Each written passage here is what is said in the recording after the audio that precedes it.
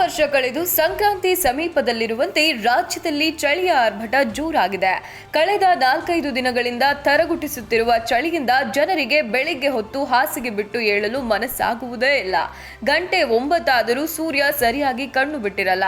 ಇನ್ನು ಕಂಬಳಿ ಹೊದ್ದು ಹಾಸಿಗೆ ಮೇಲೆ ಮಲಗಬೇಕು ಅಂತ ಅನ್ಸುತ್ತೆ. ಅಷ್ಟರ ಮಟ್ಟಿಗೆ ಚಳಿಯ ತೀವ್ರತೆ ಹೆಚ್ಚಾಗ್ತಿದೆ. ರಾಜ್ಯದ ವಿವಿಧೆಡೆ ತಾಪಮಾನ ಕುಸಿತದಿಂದ ಚಳಿಯ ತೀವ್ರತೆ ಹೆಚ್ಚಾಗಿದೆ. ಮುಂದಿನ 7 ದಿನ ರಾಜ್ಯಾದ್ಯಂತ ಒಣ ಹವೆ ಮುಂದುವರಿಯುವ ಸಾಧ್ಯತೆ ಇದ್ದು, ಮುಂಜಾನೆ ಚಳಿ ಹಾಗೂ ಅಲ್ಲಲ್ಲಿ ಮಂಜಿನ ವಾತಾವರಣ ಇರುವ ಸಾಧ್ಯತೆ ಇದೆ. ಉತ್ತರ ಒಳನಾಡು ಜಿಲ್ಲೆಗಳಲ್ಲಿ ಕನಿಷ್ಠ ತಾಪಮಾನ 2 ರಿಂದ 3 ಡಿಗ್ರಿ ಸೆಲ್ಸಿಯಸ್ ಕಡಿಮೆ ಇರುವ ಸಾಧ್ಯತೆ ಇದೆ ಎಂದು ಹವಾಮಾನ ಇಲಾಖೆ ಮುನ್ಸೂಚನೆ ನೀಡಿದೆ. ಉತ್ತರ ಕರ್ನಾಟಕ ಭಾಗದಲ್ಲೂ ಚಳಿ ಆರ್ಭಟ ಜೋರಾಗಿದೆ. ಮುಂದಿನ 7 ದಿನ ಬೀದರ್, ಕಲಬುರಗಿ, ವಿಜಯಪುರ, ಬಾಗಲಕೋಟೆ, ಬೆಳಗಾವಿ, ಧಾರವಾಡ ಮತ್ತು ಗದಗ ಜಿಲ್ಲೆಗಳಲ್ಲಿ ಶೀತ ಗಾಳಿ ಬೀಸುವ ಸಾಧ್ಯತೆ ಇದೆ. ರಾಜ್ಯದ ದಕ್ಷಿಣ ಒಳನಾಡು ಮತ್ತು ಮಲೆನಾಡು ಭಾಗಗಳಲ್ಲಿ ಜನವರಿ 9 ರಿಂದ 12 ರವರೆಗೆ ಮಳೆಯಾಗುವ ಮುನ್ಸೂಚನೆ ನೀಡಲಾಗಿದೆ.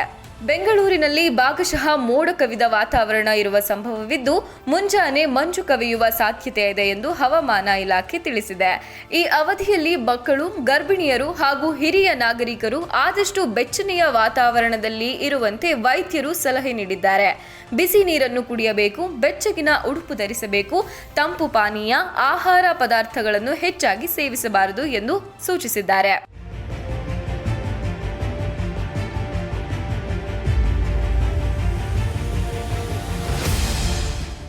ರಷ್ಯಾದಿಂದ ತೈಲ ಖರೀದಿ ನಿಲ್ಲಿಸಲು ಭಾರತ, ಚೀನಾ ಮತ್ತು ಬ್ರೆಜಿಲ್ ವಿರುದ್ಧ ಟ್ರಂಪ್ ಗದಾಪ್ರಹಾರಕ್ಕೆ ಟ್ರಂಪ್ ನಿರ್ಧರಿಸಿದ್ದಾರೆ.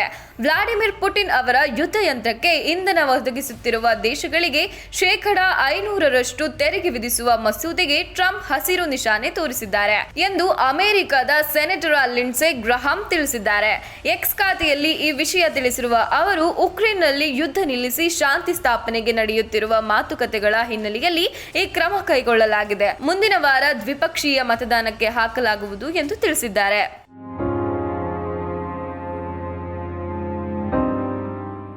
ಹಿರಿಯ ಪರಿಸರ ವಿಜ್ಞಾನಿ ಮಾಧವ್ ಧನಂಜಯ ಗಾಡ್ಗಿಲ್ ನಿಧನರಾಗಿದ್ದಾರೆ.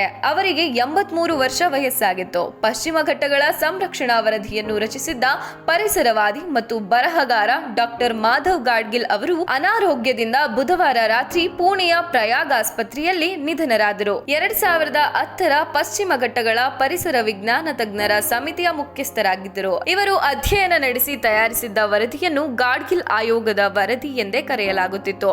ಭಾರತ ಸರ್ಕಾರದಿಂದ ಪದ್ಮಶ್ರೀ, ಪದ್ಮಭೂಷಣ ಪ್ರಶಸ್ತಿಗೆ ಭಾಜನರಾಗಿದ್ದರು.